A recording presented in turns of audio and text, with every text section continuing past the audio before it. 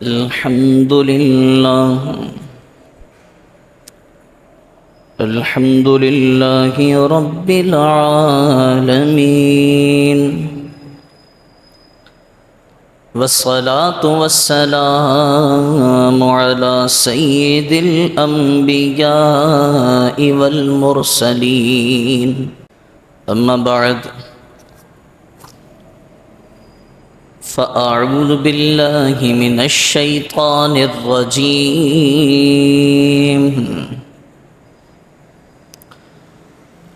بسم الله الرحمن الرحيم. قال الله تبارك وتعالى: إن الله وملائكته يصلون على النبي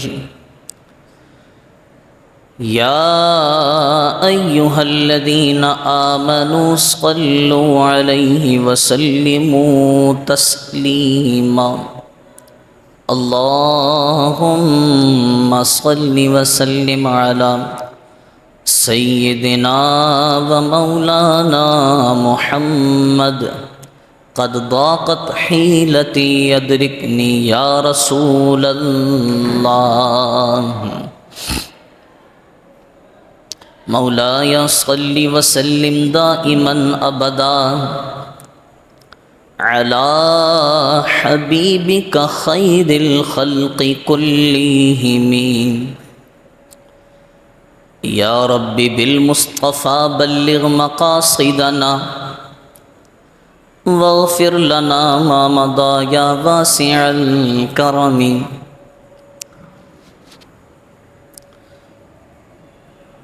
واسع ذنب من بے سر و ساما مدد قبلہ دی مدد کعبہ و ایمان مدد.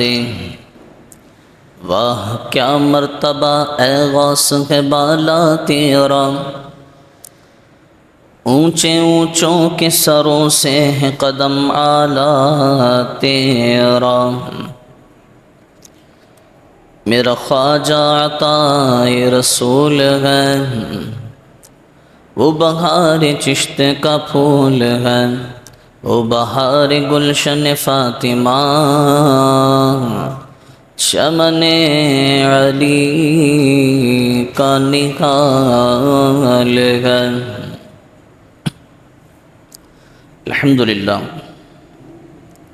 اللہ رب العزت کا کروڑ کروڑ احسان اور آقا دو جہاں حضور سید المرسلین خاتم النبیین صلی اللہ تعالی علیہ وعلا آلہ وصحبہ وبارک وسلم کی بارگاہ میں لاکھوں کروڑوں درود و سلام کہ جس رب کے فضل اور محبوب کریم علیہ الصلاۃ کی نظر کرم سے ہمیں آج کا یہ برکتوں والا دن نصیب ہوا. عزیزان گرامی، جیسا کہ آپ سبھی کے علم میں ہے کہ 2023 اگست کا مہینہ شروع ہو چکا ہے، اور آج سے 76 سال پہلے اللہ رب العزت نے ہمیں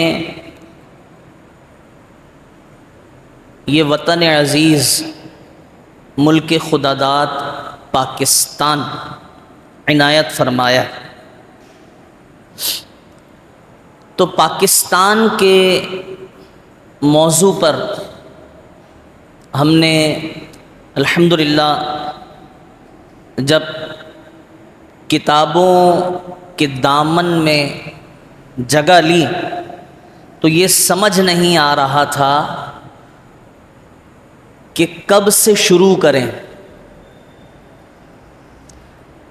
کون سے سال سے شروع کریں، کون سے سن سے شروع کریں.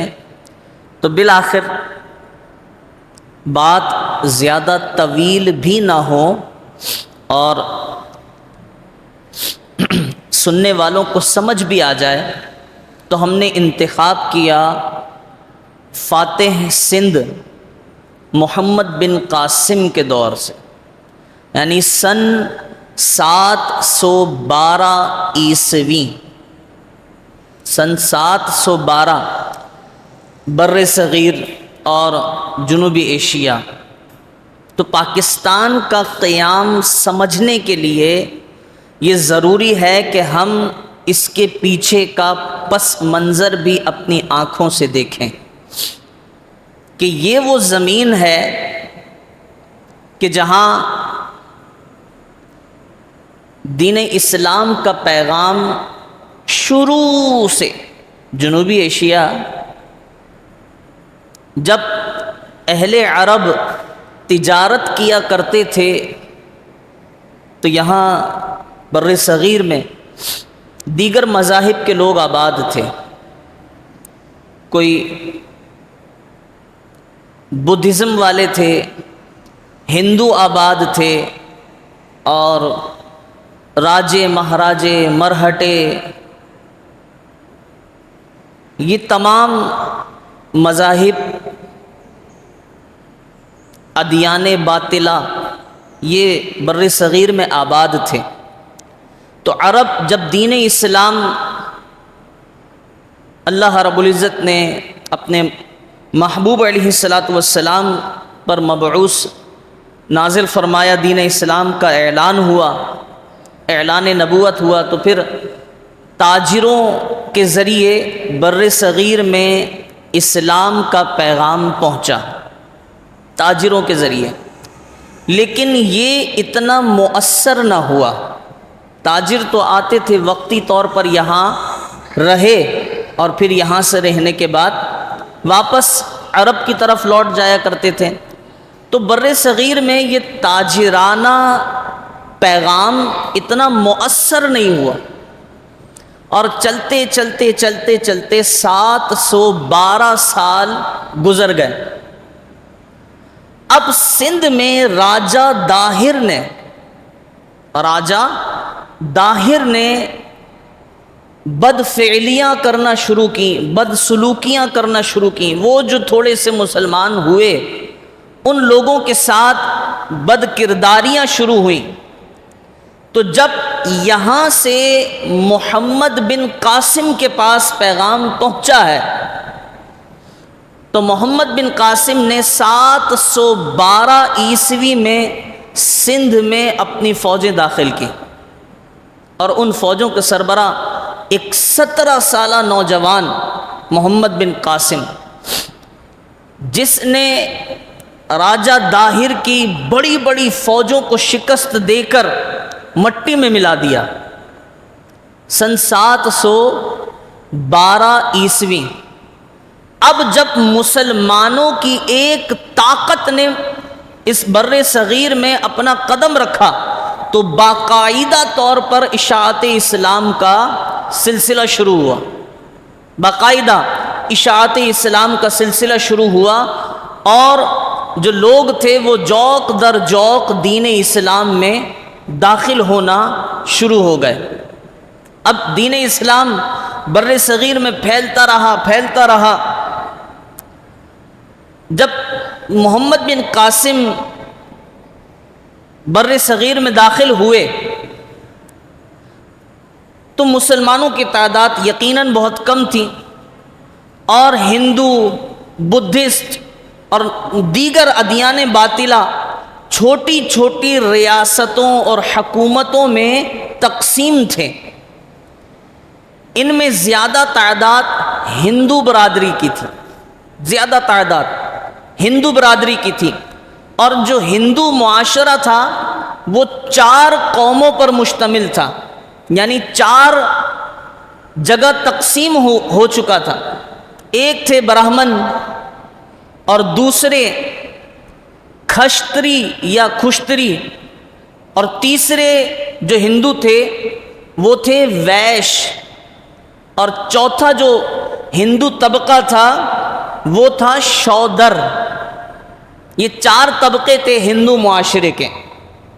اب جو برہمن تھے یہ لوگ ویدی علوم اور مذہبی رسومات کے ماہر تھے، اس وجہ کر یہ عزت و احترام والے تھے۔ ہندو معاشرے میں جو برہمن قوم کے لوگ تھے وہ ویدی علوم اور ان کی جو مذہبی رسومات تھیں اس کے ماہر تھے، تو دوسری ہندو قومیں ان کی عزت کیا کرتی تھیں۔ اور کھشتری جو ہندو تھے ان کے ذمے ریاست اور ملک کے دفاع کا کام، فوجیں اور امن و امان کا قیام یہ ان کے ذمے تھا۔ اور باقی جو 2 قومیں تھیں، ایک ویش اور دوسری شودر۔ ویش کا کام یہ تھا کہ ویش کے لوگ یہ کاشتکاری اور صنعت کاری وغیرہ تجارت وغیرہ کا کام کرتے تھے، تو یہ کم نسل سمجھے جاتے تھے۔ ہندوؤں میں 2 برادریوں کے بعد تیسری برادری کم نسل سمجھی جاتی تھی، اور چوتھی برادری تھی شودر۔ اس برادری کا کام ہی یہ تھا کہ یہ اپنی سے بڑی تینوں برادریوں کی خدمت کا کام سر انجام دے، تو یہ تو سب سے ہی زیادہ ذلیل و رسوا تھے۔ اب جب محمد بن قاسم نے بر صغیر میں قدم رکھا اور دروازہ بنایا سندھ کو، جسے باب الاسلام کہا جاتا ہے، تو باب الاسلام میں داخل ہونے کے بعد ان لوگوں نے مسلمانوں کا انداز زندگی دیکھا، مسلمانوں کے رسم و رواج دیکھے، مسلمانوں کا طور طریقہ دیکھا۔ انہوں نے سب سے پہلے جس چیز کو اپنی نظروں میں جانچا وہ یہ تھا کہ مسلمان سمجھے جاتے ہیں، دین اسلام میں کوئی اونچا نہیں ہے اور کوئی بڑا نہیں ہے، کوئی چھوٹا نہیں ہے، دین اسلام تو بڑا پیارا مذہب ہے۔ اب برہمن اور کھشتری جو برادریاں تھیں، ان دونوں کے علاوہ شودر اور ویش برادری کے جو ہندو تھے وہ تیزی سے اسلام قبول کرنے لگے اور دین اسلام پھیلنے لگا۔ اور انہوں نے کیا دیکھ کر دین اسلام قبول کیا؟ انہیں جا کر کے محمد بن قاسم نے یا دیگر مسلمانوں نے تبلیغ نہیں کی تھی کہ دیکھیں آپ اسلام کی طرف آ جائیں، اسلام بڑا پیارا مذہب ہے، ایک اللہ کو مانے، ایک نبی کو مانے اور سارے انبیاء کی تعظیم مسلمانوں پر، ایسی کوئی تبلیغ مسلمانوں نے نہیں کی تھی۔ ہندوؤں نے صرف یہ دیکھا کہ جناب یہ جو مسلمان سندھ میں اور بر صغیر میں داخل ہوئے ہیں، ان کا زندگی گزارنے کا جو طریقہ ہے وہ بہت ہی پیارا ہے۔ ان میں کبھی کسی کو کوئی یہ نہیں کہتا کہ تم چھوٹی ذات کے ہو، تم کم نسل ہو، تم فلانے ہو، تم ڈھماکے ہو، کوئی کسی کو یہ نہیں کہتا۔ سب کو برابر کے حقوق دیے جاتے ہیں، ہر ایک اپنی مثال آپ ہے۔ تو پھر دونوں قوموں، دونوں برادریوں نے جوک در جوک اسلام میں داخل ہونا شروع کر دیا۔ اب ویش اور شودر یہ دونوں اسلام میں داخل ہو گئے۔ جب اسلام میں یہ داخل ہوئے، اب یہ جو پاکستان کا حصہ ہمارے حصے میں آیا ہے، یہ ٹکڑا، یہ سارا معاملہ یہاں پر چل رہا ہے، دین اسلام پھیل رہا ہے۔ اب ضرورت تھی، یہ تو تھا جنوب، دیگر جو اطراف کے علاقے تھے، انڈیا، پنجاب، اور پھر جسے ہم انڈیا کا ایک علاقہ ہے سمندری ساحلی علاقہ جسے ہم بمبئی کہتے ہیں، وہ اور دہلی، یہاں پر بھی دین اسلام کا نظام قائم ہونا تھا۔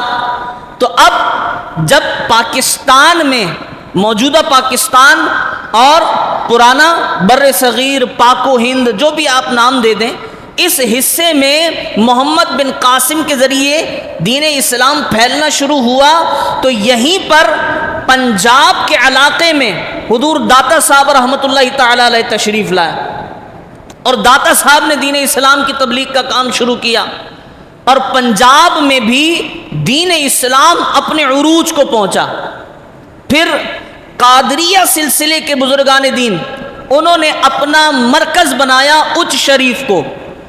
وہ دیگر جگہوں سے ہجرت کر کے اچ شریف تشریف لے آئے. لال شہباز قلندر رحمۃ اللہ تعالی علیہ، اس کے کچھ عرصہ بعد حضرت لال شہباز قلندر رحمۃ اللہ تعالی علیہ آپ پیدا ہوئے تھے رشیا میں. کہاں پیدا ہوئے تھے؟ رشیا میں. اور دین اسلام کو ضرورت پڑی اندرون سندھ میں پھیلنے کے لیے، تو دین اسلام نے لال شہباز قلندر کو بلا لیا. آپ کا نام تھا عثمان مروندی. آپ پہلے آئے پنجاب، اور پنجاب میں حضرت سیدنا بہاؤالدین زکریا ملتانی جو سلسلہ سہروردیہ کے بڑے پیشوا ہیں، آپ کے زیر سایہ پھر آپ کے بعد جو ایک جامعہ بنا حضرت بہاؤالدین زکریا ملتانی رحمۃ اللہ تعالی علیہ کے نام پر، جسے آج یونیورسٹی آف بہاؤالدین کہا جاتا ہے، تو اس جامعہ میں حضرت لال شہباز قلندر رحمۃ اللہ تعالی علیہ نے تعلیم و تدریس کا سلسلہ شروع کر دیا.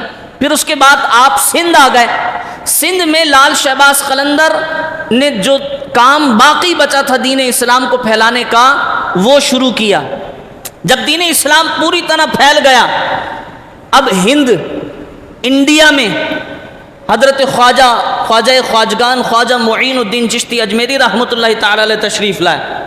آپ نے وہاں پر دین اسلام کا کام شروع کر دیا. اور پھر دہلی میں حضرت خواجہ نظام الدین اولیاء محبوب الہی رحمۃ اللہ تعالی علیہ نے دین اسلام کا کام شروع کیا. اب یہ سلسلہ چلتے چلتے چلتے چلتے 500 سال گزر گئے. 712 سے 500 سال گزر گئے. اب دین اسلام بر صغیر میں پوری طرح اپنے پنجے گڑا چکا، اپنی حکمرانی قائم کر چکا. جو ہندو تھے وہ مسلمان ہو گئے، جو بدھسٹ تھے وہ مسلمان ہو گئے. اب جو چھوٹی چھوٹی ریاستیں تھیں وہ ریاستیں مل کر ایک حکمرانی میں قائم ہو گئیں. ایک حکومت، اسلام کی حکومت، مسلمانوں کی حکومت. اس بر صغیر پر مسلمان حکمران بن گئے. آئے تھے ایک لڑکی کی آواز پر، ایک بچی کی آواز پر آئے تھے، اور بر صغیر پر اپنی حکمرانی قائم کر دی. اور اس حکمرانی کی وجہ کیا تھی؟ بر صغیر میں جب مسلمان داخل ہوئے نا، تو ہندو برادری 2 چادروں کا استعمال کرتی تھی. صرف 2 چادریں، 2 چادروں کا استعمال ہندو برادری کیا کرتی تھی. اور ان 2 چادروں میں ایک تہبند باندھ لی، ایک اوپر سے اوڑھ لی. اور آپ نے مہاتما گاندھی جو ان کا ہے اس کی تصویریں دیکھی ہوں گی، تو اس نے آخری دم تک انہی 2 چادروں کا استعمال کیا. اب جب ہندوؤں نے دیکھا کہ یار یہ کون لوگ ہیں، انہیں تو کپڑے سینا بھی آتے ہیں. مسلمان باقاعدہ کپڑے سلائی کر کے، آج سے نہیں، عرب کے زمانے سے باقاعدہ کپڑے سلائی کر کے پہنا کرتے تھے. ہندوؤں نے جب اس چیز کو دیکھا، پھر مسلمانوں کے فوجی نظم و ضبط پر نظر ڈالی کہ یار سامنے والا کتنی ہی زیادہ تعداد میں کیوں نہ ہو، یہ مسلمان کم تعداد میں ہونے کے باوجود اپنے نظم و ضبط کی وجہ سے، اپنے اعلیٰ منصوبوں کی وجہ سے، کتنی ہی تعداد سامنے والوں کی ہو، مسلمان جنگ جیت جاتے ہیں. ان سب چیزوں کو دیکھتے ہوئے اور ہندوؤں نے جب یہ دیکھا کہ ہمیں تو کسی بھی قسم کے حقوق نہیں مل رہے، لہذا مسلمانوں کا ساتھ دے کر مسلمانوں کی حکمرانی قائم ہوئی، اور بر صغیر میں دین اسلام حکمران بن گیا. اب دین اسلام کی حکمرانی قائم ہو گئی. سن 712 میں یہ سلسلہ شروع ہوا، اور سن 1707 تک 1707 تک یہ سلسلہ اپنی ڈگر پر قائم رہا. مسلمان حکمران رہے، اور مسلمانوں کی حکمرانی اپنے زور و شور کے ساتھ قائم رہی.